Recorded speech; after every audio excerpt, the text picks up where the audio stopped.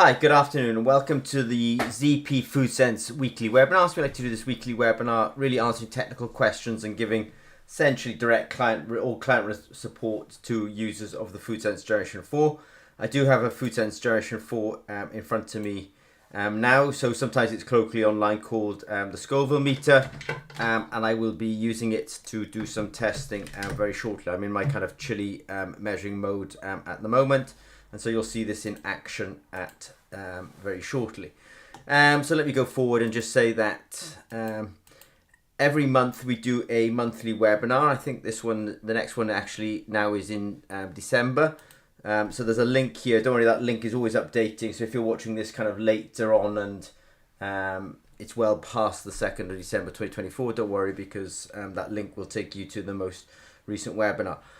It's probably worth saying that we do 2 in the day, 1 in the morning, 1 in the afternoon, and these are kind of quite deep dives into the FoodSense Generation 4. So we do definitely do quite a lot of demos in those webinars, and we talk about the sort of science of what we actually do on this FoodSense Generation 4, which happens to be electrochemistry. People sometimes call this Scoville meter. I know I jumped into this quite quickly, but I've got some chili source samples here, and I'll be discussing, not here, this is actually buffer. This is the chili sauce sample, but I'll be doing some demonstrations in a minute. Now, as well as doing the monthly webinar, we do personalized online training. So if somebody is a client of FoodSense Generation 4, then they will have, everyone is entitled to personalized online training, which we give. And then when technical questions come in from our actual user base, we also answer those questions as well. Now, I've titled today's weekly webinar hacking the FoodSense Generation 4, because essentially these people are kind of hacking it in terms of they're using it in ways, not in ways that it was a sort of maybe intended to just be used, but there's no issues in what they're doing. I'm just kind of saying that, you know, it's I'll show you what they're doing and show you how we can support them in what they're doing. I'm going to do something called a deliberate mistake now. Now, the reason I'm going to do a deliberate mistake is because these people, what they have is a very mild, or quite a fairly mild sample, actually. And with that said, in order to get a decent result, they actually have to essentially under dilute. So I'm going to show you what a mild sample looks like, and I'm also going to show you that the FoodSense Generation 4 is pretty clever, because I will run something that's deliberately very mild, and I will show you that it doesn't, you know, when I get that raw signal, it doesn't look like, let's say, the normal signal for capsaicin. You do not have to be an electrochemist or be the kind of science, or understand the kind of science that we do at ZP. This app and this system is quite clever and is easy to use. But for those then who want to kind of go in a little bit deeper, I'll also be covering that a little bit more today as well. But if you're genuinely interested in getting much deeper in, then you have to come to those monthly webinars where we do spend a lot more time doing the science of this FoodSense Generation 4. So I'm going to do something deliberately wrong in the first instance here. So what I'm going to do is, I've got a FoodSense Generation 4 here. I'm going to take some buffer, but I'm not going to put any chili sauce into it. So let me just take some of that buffer. And I will just do a very quick measurement of this buffer. Like I say, I'm deliberately doing this because I know I want to sort of demonstrate the motivation for these people is because actually they have something that's quite mild, and in having something quite mild, they are not diluting to the extent that we would normally recommend, and that's, to be honest, is not a problem. It's just we recognize it, and how do we deal with the maths of this? So I've got the sensor in there. I've got the sample here. Remember, there's no capsaicin in this. I will put this on the sensor like that. I will hit test settings. So I've given it a name. I know where I'm saving it. That's all fine. And I'll hit continue here. And I'm deliberately choosing the 1 in 10 option here. Now I've got lots of, let's say, options for dilution. 1 in 10, 1 in 100, 1 in 1000, 1 in 10,000. I've deliberately, I know what I'm doing, I'm going to choose the 1 in 10, even though, in fact, there is no capsaicin in here whatsoever. But just let this machine run. Right, so I know something's going on because I can see, it's gathering me raw data in real time. But the FoodSense Generation 4 is pretty smart. It's not going to leave you hanging in terms of expecting you to necessarily interpret the data. It's going to actually upload the data, process the data, and it actually sends the data to the cloud where it stores it. So I can both get results on my phone, but I can also get a result saved up in the cloud. So the reason I like to look into the cloud is I can see the raw signal. So getting a number on your phone is is nice and sort of, let's say, easy interpretable, but getting a result on your phone is, well, that's easy, but then we can also see the raw signal in the cloud. So what it says here is upload complete, too low, dilute to less. So upload complete means the data's gone to the cloud system. Too low means the signal is actually too low. And dilute less means the action that you need to take is you need to dilute that sample too little. Now what I'm going to do is I'm going to share my screen with you, which I will do by clicking here. And I've gone to a cloud system. So the data's actually gone to the cloud. Now let me just do a refresh here. And when I refresh this like this, go loading, loading, loading, loading, loading, it will pull the most recent data. In fact, here it is now. So I'm going to highlight here so I can see here. So I'm just going to go into this and just show you what that looks like. And in fact, the time now is 2:28 p.m. when I'm doing this, and there's the time there. Here's the date. Here's who did the work, and that's this is what I'm looking for here is a capsaicin signal, but there is no capsaicin signal. It's flat as a pancake, and it's flat even here. So I've done this on purpose because I know that these people they took the action that they took because in fact they were getting a result that said upload complete, too low, dilute less. Now it's very unusual to get that result because most of the time with chili samples, actually there's loads of capsaicin. So this is actually quite mild, but I've done that on purpose. Now what I'm going to do is I'm going to do a second demonstration now, and I'm actually going to do a deliberate one with chili in the sample. So let me just do, let me just change screens for a second. Just got to think what to do with changing the screens for a second. And what I'll do is I will take the sample, which I'm doing. I'm just thinking aloud while I do this. Actually, that's quite separated. So there's an example of things you've got to be careful of when you're thinking about testing chilies. I mean, that's all quite separated, to be honest with you. So what I'll do is I'll take the sample now, which I'm doing. I'm only doing this now to kind of show you what right looks like. So that's a volume of the sample, which I've got in a little vial here. I'm just going to get some of that buffer. I'm going to do what's called a 1:10 dilution. So I took 1 volume of the sample. I'm going to take 9 volumes of the buffer, which I will now do. Got to refine my sample. Yeah, here it is. Right, I am going to get to the actual cases that I'm supporting shortly, but I just wanted to kind of show you what when you get that kind of error that it's too low, dilute less. I just wanted to show you what that looked like, and now I want to show you what correct looks like. So this time, this is definitely a sample that's not just the buffer. Now I've actually put a chili sample in there. I'm just going to vortex that up pretty quick. So I've got a little vortexer next to me. So I've done that. I'm going to put a clean sensor on this. So I'll take that sensor off. I'll put a clean sensor onto my sensor here. I'm just going to grab a sample. So let me just grab a clean pipette, which I will do.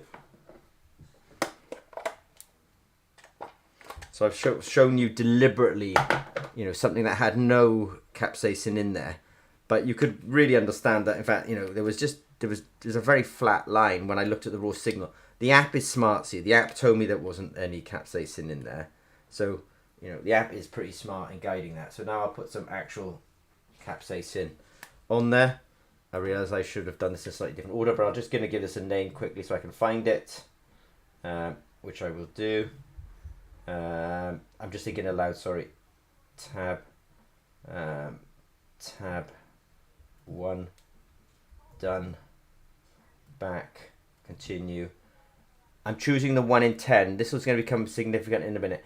Don't choose the 1 in 100. I only did a 1 in 10 dilution, so I choose the 1 in 10.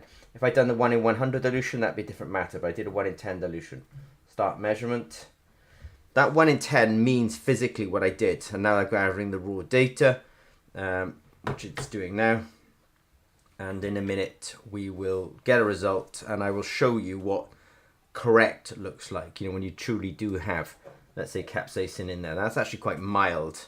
But that said, it's come back at 957. So let me just, now this is quite mild, so actually I won't get that strong a signal, but let me just have a, share the other screen, which I am now doing. So that's what the sort of 0 capsaicin looks like. Let me just go here and just do a quick refresh. Yeah, here it goes. There we are. So now you can see a very different peak in here. And you can see these very clear difference between what I was showing earlier on, where it's actually not flat, and now you can see the analysis here. I just wanted to check something really quickly. If you're wondering about what I'm doing here, then come to either one of our webinars. Yeah, that's good. Or also if you're an end user, I end up sort of training you on all this, let's say anyway. But it's quite neat because you get a result on the phone, which is great, nice and simple. But also you can and I can actually look at raw signals and actually make sure that everything is essentially working correctly. Now what I want to do is I want to go back to why I was doing that. So I deliberately did it because one of our clients was having this kind of concern or issue that their samples were not very pungent. And like I say, most of the time we actually struggle with the fact that but most of the time people's samples are actually quite pungent. But in this particular case, they weren't. So I did that demonstration in order that you could sort of see without capsaicin and then with capsaicin as well. So these are sort of two unusual uses of FoodSense that one particular client's been doing. So in case one, they took a volume of capsaicin and they've mixed it with a volume of buffer, because actually it's quite mild. So they were getting this kind of, the machine was kind of complaining that it was quite mild. So what happened there then is they vortexed it up and they created a sample which is kind of 1 in 2 dilution. And then they chose in the app the 1 in 10 dilution because they had no choice. Now the reason we've done this is because we want life to be quite simple for people. So most of the time, most people in life, you will find that you can sort of serve most people, like 90% of people, but and then you sometimes get these sort of 10%, which are kind of corner cases, you call them. But they've done one volume of sample with 1 volume of buffer, so that's effectively a 1 in 2 dilution. And then they've chosen 1 in 10 dilution because they have no choice. I mean, that's the way the machine is set up. And so they get a result of, they didn't choose the 1 in 1,000 or the 1 in 10,000 or the 1 in 100. They actually chose the 1 in 10, which is correct. Now, what that means is when they tested it and they chose the 1 in 10, the machine, the Scoville meter, the FoodSense Generation 4, reported that the sample was 551 Scoville heat units. Now, the machine thinks, the FoodSense Generation 4, otherwise known as the Scoville meter, sometimes thinks that sample is 551 Scoville heat units. But it's making that calculation based on the idea that it's a 1 in 10 dilution. But in fact, they haven't done a 1 in 10 dilution.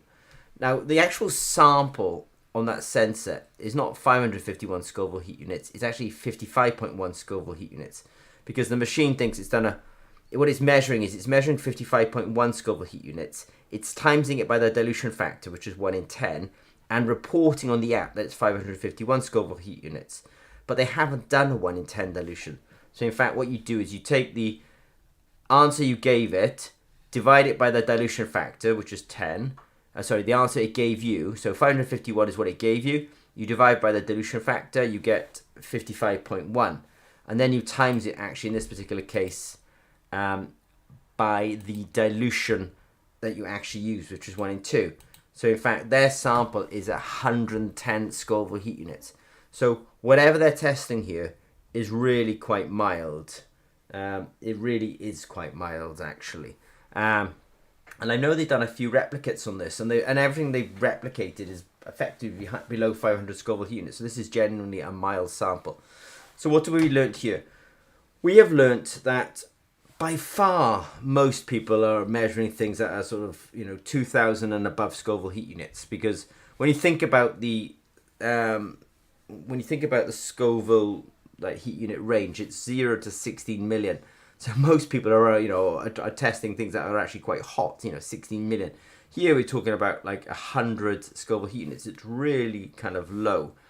And in order, therefore, to get the machine to run their sample, they didn't do a 1 in 10 dilution. They did a 1 in 2 dilution. But that's okay. They did what they did. They get a result on the machine, 551. You divide by the dilution factor. You get to 55.1. And then you just times it by your true dilution, which in this case was 1 in 2. So 55.1 times 2 is 110 Scoville heat units. And that's why I call it hacking, because they're effectively making the machine operate in their particular low Scoville heat unit. Now, case number 2, they've got 100 grams of green chilies. They finely ground this. And by the way, you can test whole, when I say test whole chilies, this is what we do as well. We would grind it. And I was only making videos last week about this, so just know that there are videos out there where ZP has also ground whole chilies. Now, they've collected 1 ml of juice. So they must have pressed it in some way and got hold of the juice. And they've diluted that in 5 ml of buffer. So they're kind of essentially making their own SOP up at this point, their own standard operating procedure. And I would call that a 1 in 6 dilution, because they've got 1 ml diluted with 5 ml, so that's a 1 in 6 dilution. Then they put 50 microliters onto the chip. So you saw me do the pipetting earlier on, where I sort of pipetted the sample onto the sensor here. That was the kind of, I also did 50 microliters as well, so I understand that. Now, they tell the app that it's a 1 in 10 dilution. Now, the reason they tell the app is because, in fact, there is no option for what they're doing. In fact, the machine it has a drop-down menu, and you've got 1 in 10, 1 in 100, 1 in 1,000, 1 in 10,000. So they had no option. They had to choose 1 in 10. That's fine. And the machine reports that it's 8,880 Scoville heat units. So the machine reports that it's 8,880 Scoville heat units. Not an easy number to say. Now, in reality, that's because the machine is calculating, assuming it's a 1 in 10 dilution. In reality, what the machine is measuring on the chip at that moment is actually 888 Scoville heat units. But then it automatically calculates the true concentration by assuming it's a 1 in 10 dilution, because that's what you would have told it on the app. Now, in reality, they didn't do a 1 in 10 dilution. They did something that's a little bit different. In fact, in their particular case, what you do is they've done a 1 in 6 dilution. So you take the 8,880 Scoville heat units, you divide by 10, and you get 888 Scoville heat units, and then you times it by the real dilution factor that they used, which is 1 in 6. And so their true answer on this is actually 5,328 Scoville heat units. Now, so that means, if I was to interpret this, that means that 1 ml of juice has got a Scoville heat unit of about 5,328. If they want to sort of do a check on themselves, then they should check against Tabasco sauce, because that's probably about 5,000 Scoville heat units as well. Now, it doesn't mean that, in fact, in that 1 gram of green chilies, there's not extra capsaicin unextracted, but the longer you leave it standing, the more you're likely to extract. So those are 2 slightly unusual case studies where they haven't quite done the dilution the way that we expect, but you can see it doesn't matter as long as you understand how to take the number that's on the app, dilute by the dilution factor that you told the app, and then you times it by the dilution factor that you really used, and then you actually get back to the real result actually in your sample. So not hard to do, but just sort of explaining the logic and the maths that you can use to hack the FoodSense Generation 4. So what I want to say is, if you've got any questions regarding FoodSense Generation 4, I mean, this is a super quick and easy, this is just a game changer, I'm sorry, but in the world of, pepper breeding, chili sauce production, handling a layer of resins, making packaged foods, etc. This is a real game changer. I mean, even honeys and mayonnaise have been tested using this. This is a real game changer in the way that people do quality control in that kind of food production for chili products. But if you've got any questions of us, don't hesitate to reach out to us. Okay, thanks very much.